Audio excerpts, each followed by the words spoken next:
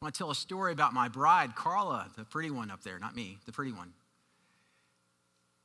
I remember sitting in the doctor's office one time with her, the dentist actually, and he told us, Preston and Carla, don't pray too hard. I don't want you to get your hopes up. You know what had happened is my wife had braces when she was young, and she had a retainer on the back, and they had a 3 twisted wire on the back, and that wire started to untwist over time. It started to lift her front bottom 5 teeth up and out. And the bone had eroded, and so had her gums.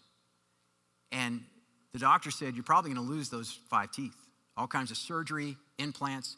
And can you imagine my wife, who's just probably 50 at the time, all the anxiety, the stress, the pain that she went through, just thinking about that? Well, we went in, and the doctor had a certain diagnosis, and over a period of months, she went through all kinds of radical procedures to work on the bone, the gums, and it was touch and go the whole time. And folks, I remember I wrote something in my journal, and it said this.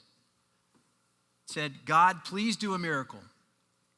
Restore her teeth, her bone, her smile. But if not, you're still my God.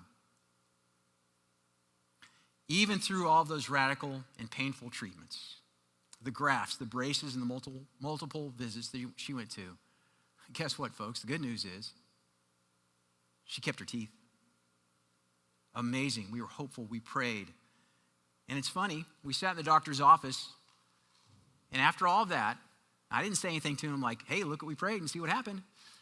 But he said to us, he said, Carla, you're probably going to be buried in those teeth, which is really, really good news.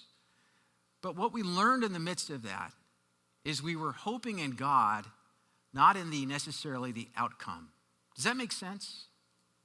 It was a great challenge that we went through over the 9 months that we did on that. But we remained hopeful, not in the outcome, but in who was in charge of the outcome. And that's so important. We have to realize where our source of hope is. And that's